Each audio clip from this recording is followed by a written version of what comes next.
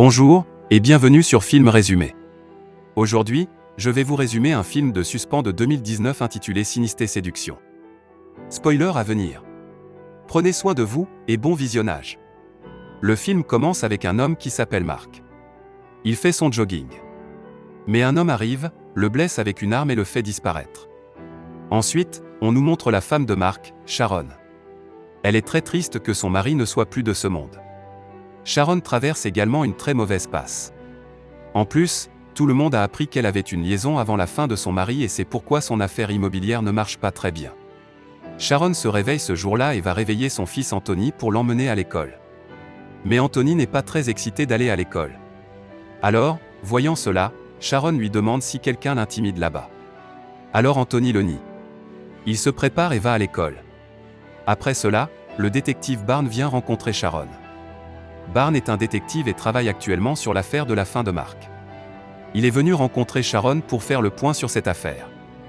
Barnes et Sharon sont tous deux amis depuis l'enfance, et Barnes aime Sharon depuis l'enfance.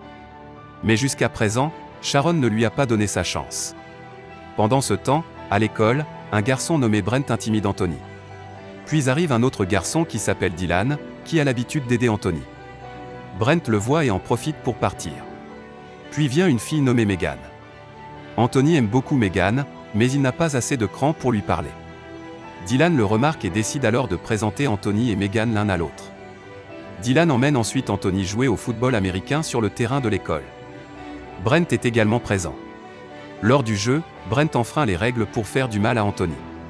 Il est alors réprimandé.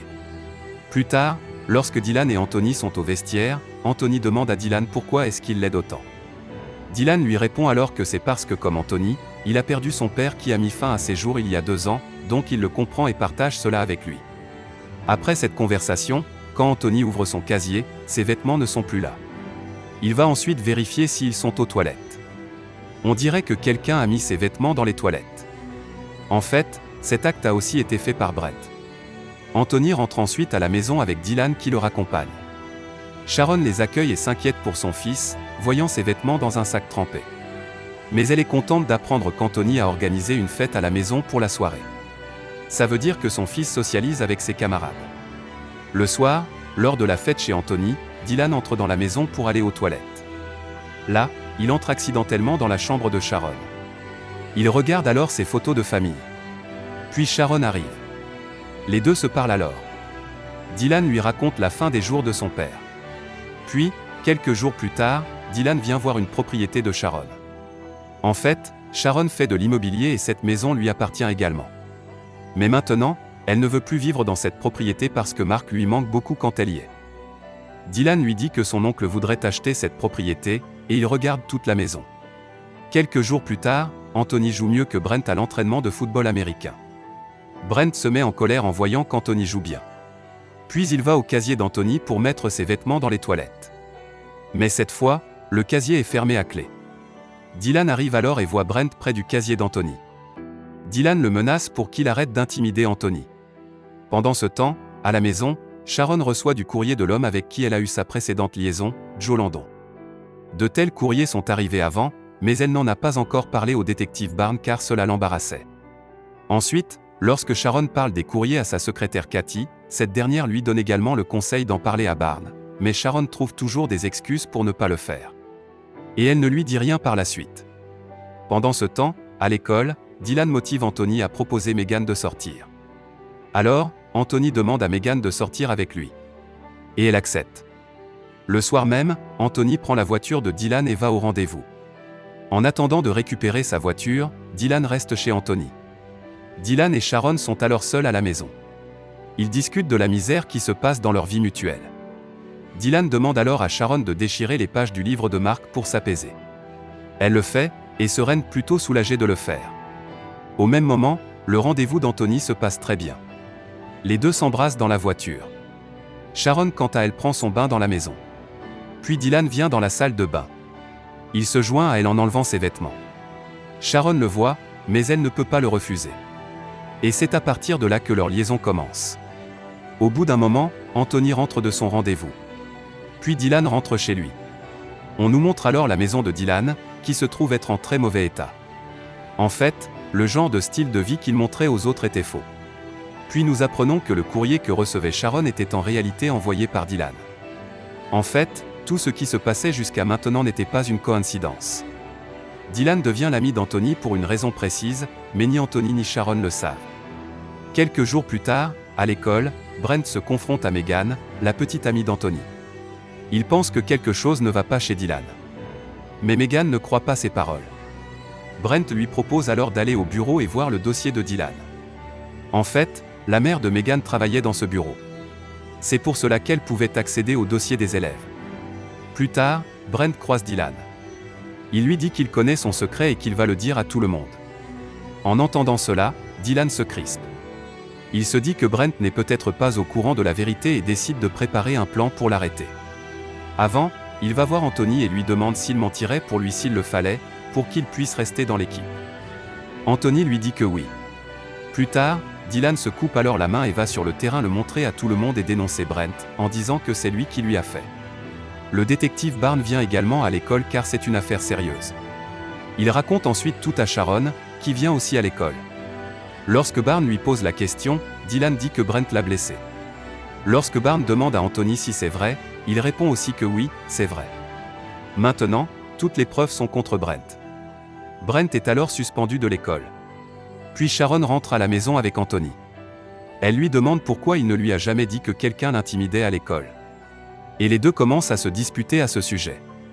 Anthony montre sa haine et avoue qu'il avait remarqué que Sharon avait déchiré les livres de Mark. Il était en colère après elle et il a cru que Sharon n'avait jamais aimé Mark. Sharon découvre également qu'Anthony est au courant de son ancienne liaison. Anthony s'en va en colère. Après un moment, Sharon reçoit un message de Dylan. Il voulait revoir cette propriété. De nouveau, Sharon se rend dans cette maison. Dylan est également là. Et là, les deux s'approchent. Ils commencent à s'embrasser alors que quelqu'un les filme secrètement de l'extérieur. Le lendemain, à l'école, Megan va voir Anthony. Elle lui montre la vidéo du bisou. En fait, c'est Megan qui avait enregistré cette vidéo la nuit dernière. Elle avait appris la vérité sur Dylan en fouillant dans son dossier et quand elle lui en a parlé, ce dernier lui a demandé de le rejoindre à l'endroit même où il embrassait Sharon. Megan à son arrivée en a alors profité pour faire sa vidéo. Puis Megan dit à Anthony que Dylan leur ment à tous. Même son nom n'est pas vraiment Dylan et il a en réalité terminé sa scolarité il y a 3 ans. En outre, il l'avait en fait délibérément appelé à cet endroit pour qu'elle puisse enregistrer la vidéo de lui et Sharon en train de s'embrasser.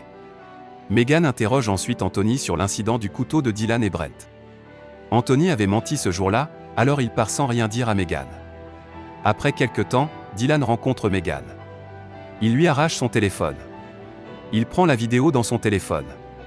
Après un certain temps, Sharon découvre que quelqu'un a téléchargé une vidéo du bisou de Dylan et elle sur les réseaux sociaux. En voyant cela, elle devient tendue. Puis arrive l'inspecteur Barnes. Il dit à Sharon qu'il a maintenant été exclu de l'affaire de la fin de Mark parce que l'affaire ne progressait pas. Puis Sharon lui parle de sa vidéo. Elle lui parle aussi des mails qu'elle a reçus. Sharon n'en avait pas parlé à Barnes auparavant. Il se met alors en colère, n'ayant été prévenu que maintenant, et par-delà. Au même moment, Anthony reçoit un message de Megan. Elle l'invitait à la maison de Dylan. Anthony s'y rend mais ne trouve personne dans la maison de Dylan. Mais soudainement Dylan l'attaque par derrière. Il s'évanouit. Nous apprenons ici que Dylan avait envoyé un message à Anthony depuis le téléphone de Megan. Ensuite, Dylan continue à utiliser le téléphone de Megan et envoie un message à Sharon pour lui dire qu'aujourd'hui, Anthony restera chez elle. Après cela, Sharon reçoit un mail de sa précédente liaison la nuit. Joe Landon invite Sharon à le rencontrer chez lui. Megan en informe le détective Barnes avant de partir. En réalité, c'est Dylan qui a envoyé ce courrier à Sharon. Après cela, Sharon se rend à l'adresse envoyée par qui elle pense être Joe et rentre dans la maison. Là, elle voit Dylan. Dylan lui alors dit toute la vérité. En fait, l'homme avec qui Sharon a eu sa première liaison n'était autre que le père de Dylan. Et lorsque tout le monde a appris cette liaison, le père de Dylan a mis fin à ses jours et Dylan accuse Sharon du coup. C'est pourquoi il veut se venger d'elle. Et Dylan avoue que c'est aussi pour cela qu'il a fait disparaître son mari Mark. Ensuite, il donne une arme à Sharon. Il lui demande également de mettre fin à ses jours. Il la menace en disant qu'il séquestre Anthony et qu'il peut le faire disparaître si elle ne met pas fin à ses jours à son tour. Mais Sharon ne l'écoute pas et elle le blesse à la jambe. Elle commence à courir pour partir de là. Le détective Barnes arrive aussi. Sharon parvient à le rejoindre et dit alors toute la vérité à Barnes. Barnes entre et cherche Dylan, mais ce dernier est déjà parti. Sharon se rend alors chez Dylan avec Barnes pour sauver son fils. D'autre part, quand Anthony reprend conscience, il remarque qu'il est attaché à un arbre dans une forêt. Megan l'est également. Puis les deux parviennent à se libérer de la corde en s'aidant l'un l'autre. Pendant ce temps, Sharon et Barnes atteignent la maison de Dylan pour trouver Anthony. En entrant dans les bois, Barnes reste derrière et c'est seulement à ce moment-là que Dylan arrive. Il attaque alors Barnes. Étant blessé, Barnes s'évanouit aussi. Après cela, Dylan prend l'arme de Barnes. Puis Anthony arrive. Il essaie de convaincre Dylan d'arrêter, puis Megan l'attaque par derrière. Sharon en profite pour récupérer l'arme et elle assomme Dylan en le frappant avec. Elle est sur le point de faire disparaître Dylan quand Anthony l'arrête. La scène finale est quelques temps plus tard. La maison est vendue, et Sharon pense donner une chance au détective Barnes. Les deux commencent à sortir ensemble. D'autre part, la relation entre Sharon et Anthony s'améliore. Le film se termine alors sur cette note positive, voyant mère et fils heureux. Assurez-vous de vous abonner pour pouvoir regarder plus de résumés de films comme celui-ci. Merci d'avoir regardé.